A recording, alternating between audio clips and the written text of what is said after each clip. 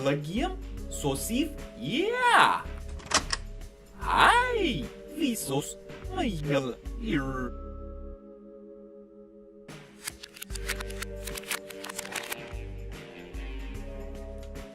You can practice speaking backwards, so when your words are reversed, they're intelligible.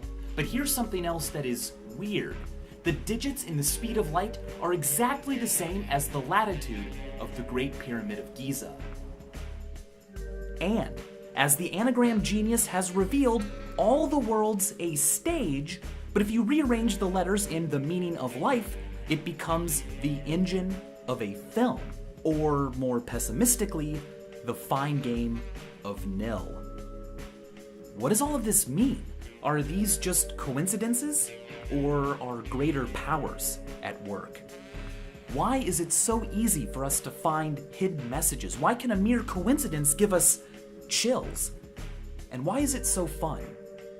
When you reverse Neil Armstrong saying "small step for man," you can hear what sounds like "man will spacewalk."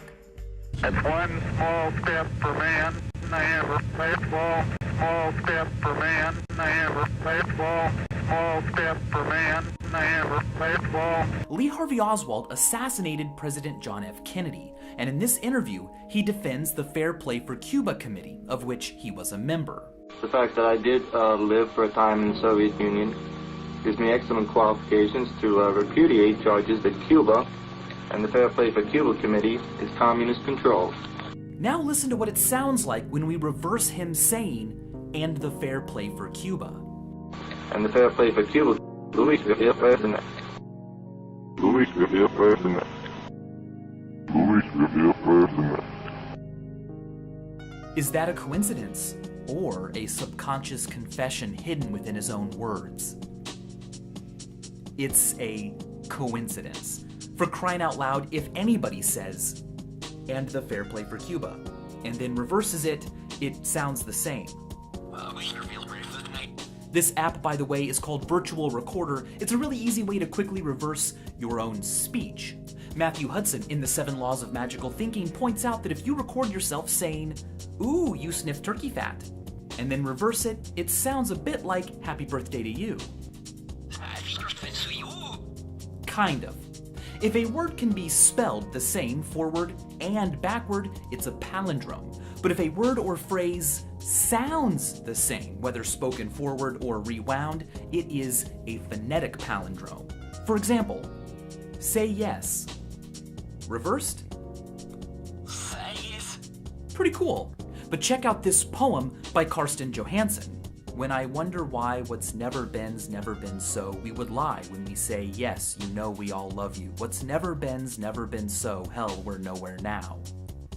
I wonder what was never been's never been so, we will lie when we say, yes, seem we all that we was never been's never been so, we all were nowhere now." By the way, some people can speak in reverse on the fly. It is really cool to see them in action. Watch Guys Lean Back after this video. It's linked down in the description, and it's full of pretty cool coincidence videos. Apophenia is the perception of connections or patterns in information. One type of apophenia is pareidolia, the seeing or hearing of things that weren't meant to be there. For instance, hearing your name being called or your phone ringing in the sound of running water, or hearing English words in a non-English song, or seeing faces that weren't purposefully placed there. Our brains are good at this kind of work, probably because being hyper-attentive to patterns and faces can save your life. If there's ambiguity as to whether that thing hiding in the shadows is a threat or just a shadow, it's advantageous to err on the side of threat. Organisms with a healthy sense of apophenia live longer, long enough to have kids and raise them and naturally become the norm. We connect with faces so well. Hudson relates a story of a friend who draws faces on things she doesn't want to lose, like her bags. She says the faces make her less likely to forget about them. If you like it, you should have put a ring on it. If you like not losing it, you should have drawn a face on it. We are so good at teasing out patterns and faces from random noise. Actual random sequences don't always feel random to us. Originally, Apple's iTunes Shuffle feature generated complaints from users. They said that similar songs or songs from the same artist appeared in a string, which of course is to be expected from randomness, but it didn't feel random enough. So Apple introduced a smart shuffle that avoided totally random sequences that nonetheless didn't seem random to our pattern-loving brains. As Steve Jobs explained, we're making it less random to make it feel more random. Our impressive ability to imagine patterns also expresses itself when it comes to connecting songs and moving images. This dancing Spider-Man animation will famously sync up with any music you play. Try it. What kind of black magic is going on here? Well, as it turns out, most of it is in our heads. Radiolab reported that Michigan State University explains that the major movements of dancing animations like this one, or this one, move at typical song tempos, but also contain, like most dance, various other different related rhythms of movement, allowing them to seemingly fit many different tempos. Selection bias helps a lot too. We fall prey to this when we reject all the times the animation doesn't really sync up, focusing instead on the more surprising times when it does.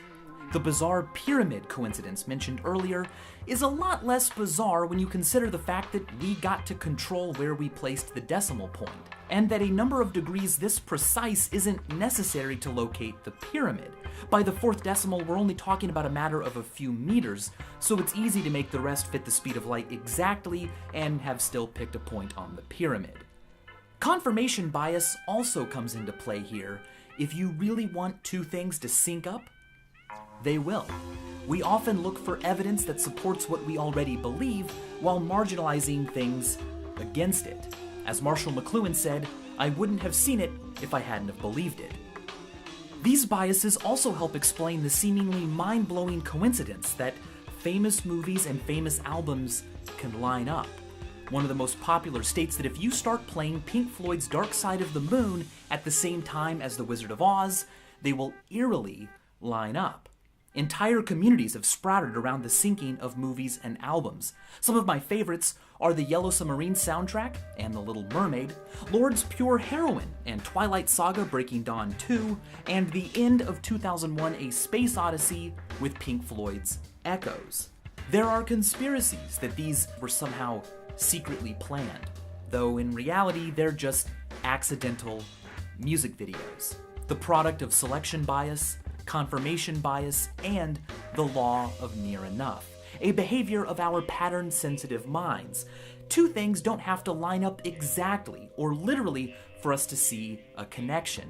This is why vague predictions are a great way to look psychic. These are also actually unsurprising when you consider the fact that the number of narrative paces and rhythms we enjoy and typically use are much smaller than the number possible. In the improbability principle, David J. Hand calls this the probability lever. What may be rare on average, or when considering all possible scenarios, can be less rare for specific scenarios, even if they are only marginally different.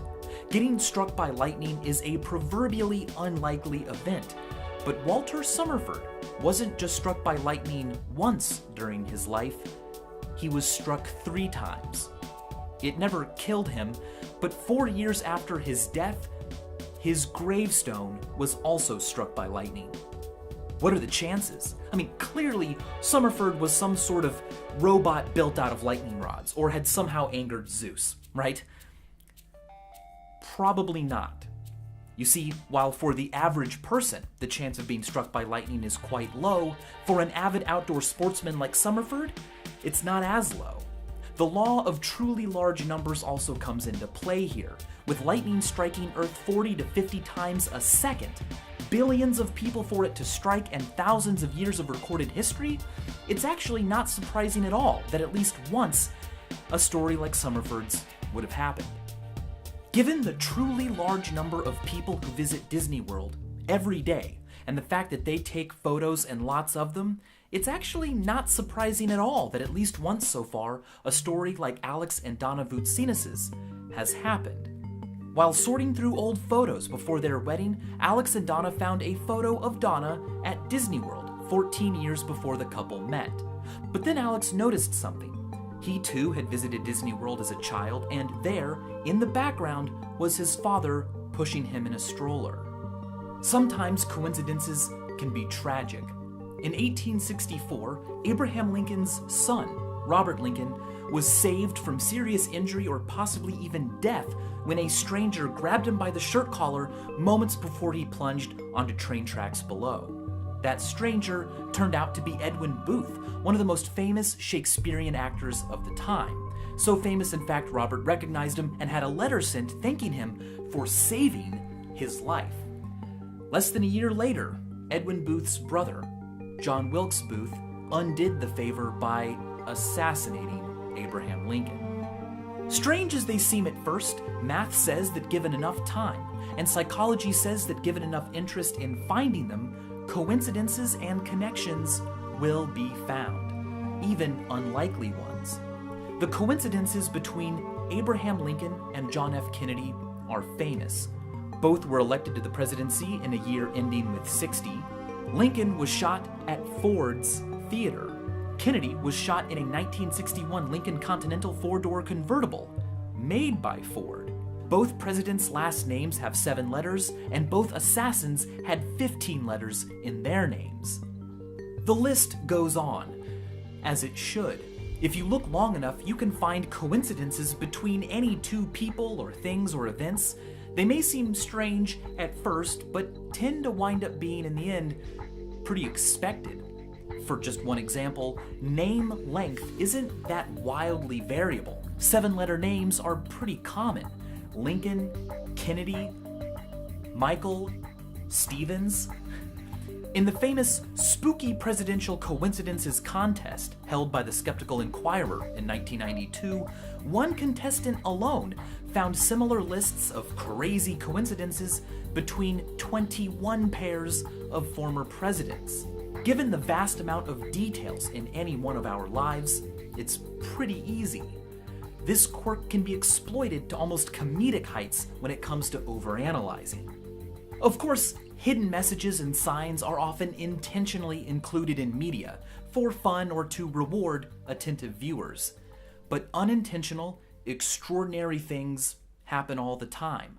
It's not really that extraordinary. There's a famous calculation that is known as Littlewood's law.